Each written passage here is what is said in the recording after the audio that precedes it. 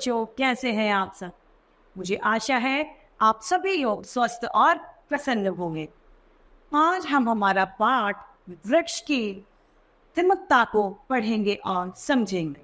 आइए इस पाठ को विस्तार से देखते हैं। यो है हमारा पाठ 7, भारत की वृक्ष माता तिमकता। अंधाधुंध विकास के नाम पर सबसे ज्यादा प्रभाव यदि किसी पर पड़ रहा है तो वे है पेड़ पौधे। जो विकास हम कर रहे हैं उस विकास में कहीं ना कहीं अनजाने में या जानबूझ करके हम पेड़ पौधों को सबसे ज्यादा नुकसान या हानि पहुंचा रहे हैं। किसी भी तरह के निर्माण को लेकर अनगिनत पेड़ पौधे काटे जा रहे हैं। मतलब निर्माण कार्य के दौरान हम बहुत सारे अनगिनत, तो मतलब जिनकी गिनती ना हो, इतने पेड़ पौधों की हम कटाई कर रहे हैं।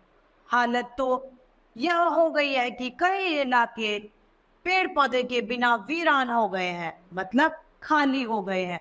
जब वहाँ पेड़ पौधे ही नहीं है तो फिर वहाँ पे रह कैसे सकते हैं? वहाँ का तापमान इतना ज्यादा है कि वहाँ रहा नहीं जा सकता। आबो हवा तक बिगड़ने लग गई है, मतलब पर्यावरण भी खराब होने लगा है। सरकार को ज्यादा से ज्यादा पेड़ लगाने की योजना शुरू करनी पड़ी। सरकार द्वारा एक योजना चलाई गई जिसमें ज्यादा से ज्यादा पेड़ लगाए जाएंगे। पर्यावरण को बचाने से लेकर हमारे बीच ऐसी कई हस्तियां हैं जो हम सबके लिए प्रेरणा के स्रोत हैं। इन्हीं में एक है सुलु मरादा थिमकता ने 100 से भी ज्यादा वसंत देखे हैं। मतलब उन्होंने वसंत ऋतु 100 से भी ज्यादा देखी है और उन्हें उनके पेड़ लगाने के अभियान के कारण ही भारत की वृक्ष माता कहा जाता है। उन्होंने अभियान के तहत पेड़ लगाए हैं, जिसी के कारण उन्हें भारत की वृक्ष माता, भारत में वृक्ष माता उन्हें कहा जाता है। 112 साल की थिमकता पिछले 80 सालों से लगातार वृक्ष लगा रही है और अब तक वे 8000 से भी ज्यादा पेड़ पौधे लगा चुकी है। अब थिमकता की उम्र है 112 साल और वे 80 साल उन्हें हो चुके जब से वह पेड़ लगा रही है। उन्होंने अपने जीवन में 8000 से ज्यादा पेड़ पौधे लगा चुकी हैं। पौधों के अतिरिक्त थिमकता 385 बरगद के पेड़ भी लगा चुकी हैं। पेड़ पौधों के अलावा जो है उसके अतिरिक्त भी 385 बरगद के पेड़ वे लगा चुकी है। आखिर थिमकता के मन में पेड़ लगाने का जो कैसे सवाल हुआ? मतलब उन्होंने पेड़ लगाने का उनके अंदर जो एक जज्बा है वो कहाँ से आया? महान पर्यावरणविद थिमकता का जन्म कर्नाटक के तुमकुरु जिले में हुआ। किसने हुआ? तुमकुरु जिले में हुआ था, कर्नाटक के। रामनगर जिले के रहने वाले चकिया से इनका विवाह हुआ था। गरीबी के कारण अम्मा अर्थात थिमकता ने खदान में एक मजदूर के रूप में काम किया था। वे अत्यंत गरीब थी, उन्होंने एक मजदूर के रूप में भी कार्य किया। उन्होंने किसी तरह की कोई औपचारिक शिक्षा प्राप्त नहीं की थी, मतलब वे शिक्षित नहीं थी। थिमकता उम्र के 4 दशक में पहुंच गई थी, लेकिन उनके कोई संतान नहीं हुई और इसी कारण उन्हें खूब सारे ताने सुनने मिलते थे।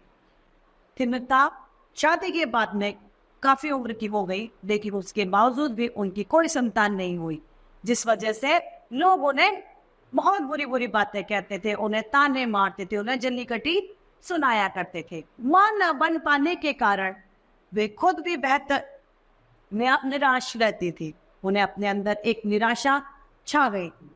हालत यह हो गई थी कि वे खुदकुशी करने तक का सोचने लग गई थी। वे अपने अंदर से इतने दुखी हो गई थी कि वे चाहती थी कि इससे अच्छा तो मैं मर जाऊं तो ही बेहतर है। वे खुदकुशी करने का सोचने लगी, लेकिन उन्हें अपने पति का साथ मिला और उनकी मदद से वह एक नए अभियान में जुट गई। यह अभियान था पौधारोपण का अभियान। उनका पति जो था, उन्होंने उनका सहयोग किया, उन्हें निराशा से उभार कर एक आशावादी महिला बनाया और एक नया अभियान में उन्हें जोड़ दिया। वह था वृक्षारोपण का मतलब पौधे लगाने का अभियान। धीरे धीरे वह पेड़ पौधे लगाने में व्यस्त होने लगी और फिर उन्होंने कभी रुकने का नाम ही नहीं लिया। फिर क्या हुआ? उन्होंने कभी रुकने का नाम ही नहीं लिया। उन्होंने अपने जीवन में 65 साल पेड़ लगाने में दिए। कितने साल? 65 साल उन्होंने सिर्फ पेड़ ही लगाए। उन्होंने बरगद के पेड़ से बेहद लगाव था और अन्य पेड़ों के अतिरिक्त बरगद के पेड़ को भी लगाने लग गए। उन्हें सबसे ज्यादा प्रिय जो था वो बरगद का पेड़ हुआ करता था। उन्होंने बरगद के पेड़ तो लगाए ही लगाए और साथ में भी बहुत सारे पेड़ों को उन्होंने लगाया। पेड़ों के कारण राजमार्ग अत्यंत रमणीय और सुसज्जित लगने लगे। जो उन्होंने पेड़ लगाए थे, उनकी छाया और उनकी हरियाली की वजह से जो राजमार्ग थे वे बहुत सुंदर और बहुत रमणीय सुसज्जित लगने लग गए।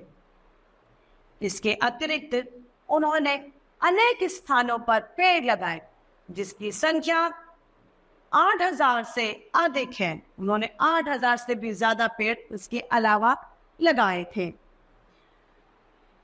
इनसे पर्यावरण को बहुत लाभ हुआ।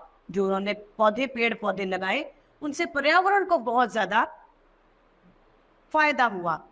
इस कार्य में उन्हें उनके पति का भी पूरा सहयोग मिला।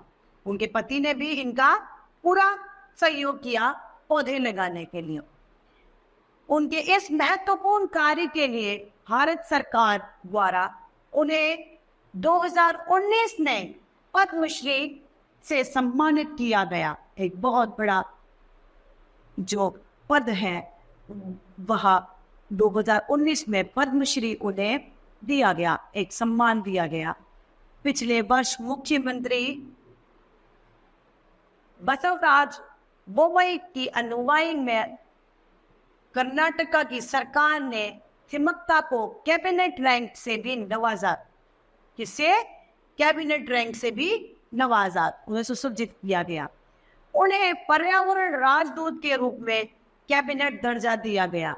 थिमक्ता को पहली बार पहचान 1995 में तब मिली जब उन्हें राष्ट्रीय नागरिक पुरस्कार से सम्मानित किया गया था।